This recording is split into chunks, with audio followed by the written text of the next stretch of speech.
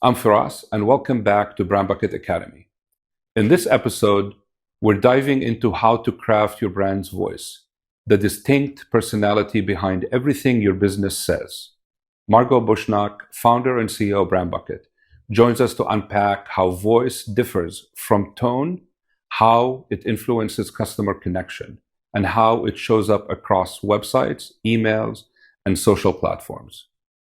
We'll also explore how to stay consistent, avoid sounding generic, and evolve your voice without losing trust. Let's get into it.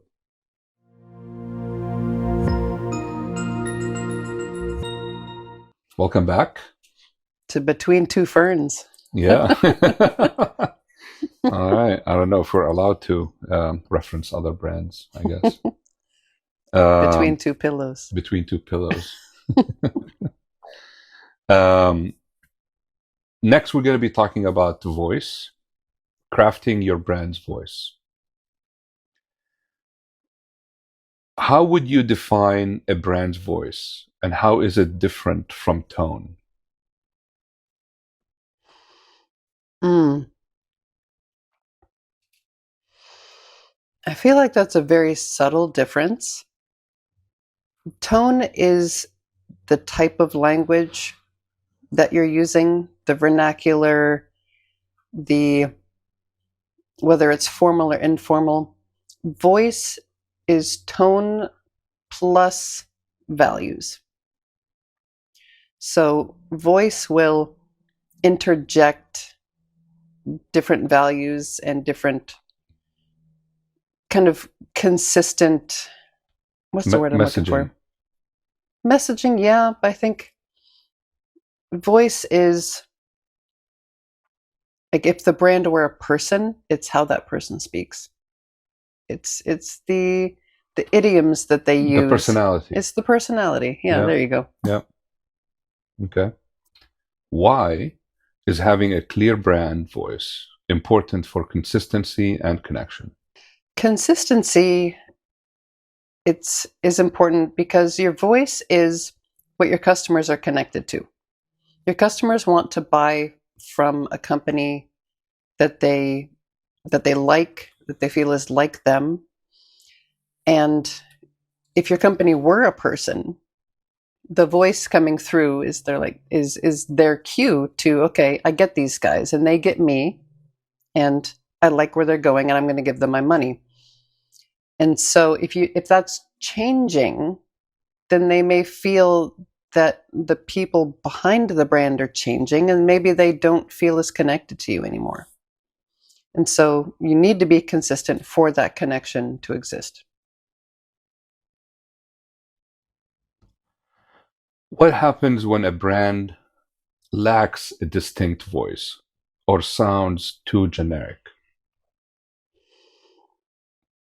I think customers don't form an attachment. They don't form a long-term bond. So you can have the most amazing product or service in the world, and people will like you for that reason. But if you have a hiccup, or if you have downtime, or if you have some bugs, if there is no other attachment to you as a brand, then your customers are going to be quick to leave. But if they believe in you and they like you, then they'll cut you a little more slack when your product isn't as great as they expect. Makes perfect sense. What are some practical steps for discovering your brand's authentic voice? First and foremost, I think you need to understand the team that you have. If it's just yourself, then it's the team that you envision and the company culture that you expect. Because you can't project a fun and informal voice if everyone you're hiring is very stiff. And so if you have a team already and you're crafting your voice, it should really come from the people within the company, because your voice is the personality, and personality comes from the people. And so you, hopefully as the founder, you understand deeply the personalities around you and how you can kind of bring them all together to kind of to make it work where everyone can be on the same page as far as the voice. So understanding your team is one part, but then also understanding your audience. If your audience is used to formal language, if you're in an industry like banking that is is really used to very wordy legalese, complex messaging in the output of the bank, yes, you would stand out by being super informal, but at the same time, you risk being risky, yet not serious and not trustworthy. Yep. So you have to understand your audience and walk the line where you're presenting the values that they need to have presented to them, but at the same time being unique to yourself. Voice in action. How does voice show up across different touch points like websites, emails, and social media? It definitely can shift a little bit. So social media is for short content consumption. So long prose and long flowery language doesn't work there. But at the same time, you can't be so hip and fresh and short on social media and have the opposite on your website. But it can be each media. So the website is your long-term content and probably should be have the most information. Emails need to be a bit more concise, and social media is concise still. And so within the length of the messaging, there still should be a similar voice. Yep. What are examples of strong brand voices in action, and what makes them work? I think one of the strongest brand voices out there is Nike. And with their iconic Just Do It campaign that launched, I don't know, like in the 90s. I mean, that's how far back I remember it. They kind of took on this voice of bringing sport to everyone. It doesn't matter who you are. You don't have to be a pro athlete. And at the same time, it's a very pushy slogan. It's not trying to sell you anything. It's not saying just do it in our shoes or just do it with our clothing. It's basically just saying that we're a company.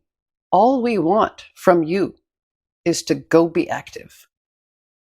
And so they've chosen to kind of take that lean back approach of like, we're not trying to sell you anything. We're not trying to talk about the quality of what we do. We're not trying to talk about the price point of what we do. We just want you to be you, and we're here for you. And I think that's an amazing voice that they kind of launched with that campaign, and they've taken it all the way through till today. Yep. Yeah. Just get off your ass and do it. That's the longer version of the slogan, by the way. Just get off your ass and do it. Yeah. Yeah. How do you make sure your voice is consistent, even if different people are writing on behalf of the brand? That usually comes from a style guide and from having a singular gatekeeper of all communication. I know when startups are moving fast and everyone's wearing multiple hats, it's very easy to take the shortcut route of just write it and put it out there. I don't care. I don't have time. But your brand messaging is very, very important. And it's so important that there does need to be the gatekeeper, the designated person that's making sure everything's consistent. Yeah, so in the early days, I guess the founder would probably be the gatekeeper, but then with time, you want to instill that into your marketing team or head of marketing to be personally responsible or have somebody responsible for consistency and so on. So yeah, that makes perfect sense. Next, we're going to talk about tone, flexibility, and evolution. I'll show you how they're going to all come together. How can a brand stay consistent while adapting tone for different audiences or platform? I would argue that they shouldn't be adapting tone for different audiences. At that point, you're almost working with two different brands, and that's not consistent. And if someone were to see both sides, they would wonder, like, is this even the same company? You know, why are they speaking to this audience different than they're speaking to me? I think you can adapt tone for different platforms. So going back to website versus social media, one's long form, one's short form, the tone can be a little more punchy and a little more informal and friendly on social media. But overall, the core of the tone needs to be the same, and it needs to as speak consistent as it can. Yeah, it needs to speak to the same people. What's the difference between a voice guide and a style guide? And do brands need both? Yeah, they're two different things. The voice guide is all about the verbal communication and the written communication. The style guide is about the visual communication. And they all are part of the brand, but they are very different things. And each piece, each visual piece that you put out there needs to be looked at from the visual eyes, and the written piece needs to be looked at from the linguistic eyes. Yep. Perfect. All right. Well, in the next section, we're going to be talking about how we bring it all together. What's a common mistake brands make when trying to sound relatable or cool? I think when brands try to use language to speak to a particular demographic, but the person writing that messaging is not from that demographic, it can be very obvious and very cringe, as my teenagers would say. So if you are going to try to segment your marketing and do the hip and cool thing to get a particular demographic, go hire someone that age. That they can tell immediately when it's someone their age speaking to them versus when it's their grandpa trying to sound cool. Yep. What mindset should someone adopt when building a voice that feels authentic and memorable? You should tie every piece of messaging that has some sort of ethics behind it or some sort of promise behind it to a why. Like, you shouldn't just say that we plan to do X. We should say we plan to do X because it's important to us. And explain, everything should have a story. And with stories comes authenticity. Perfect. That's awesome. Great advice. Thank you for taking the time. And we'll see you in the next segment. A clear and consistent voice helps your audience know who you are, what you stand for, and why they should care. When your voice feels authentic and aligned with your values, it builds loyalty and goes beyond a single transaction. If you're building a brand people can believe in, visit BrandBucket.com to find a name that fits your voice and grows with your story. Thanks for watching, and we'll see you next time.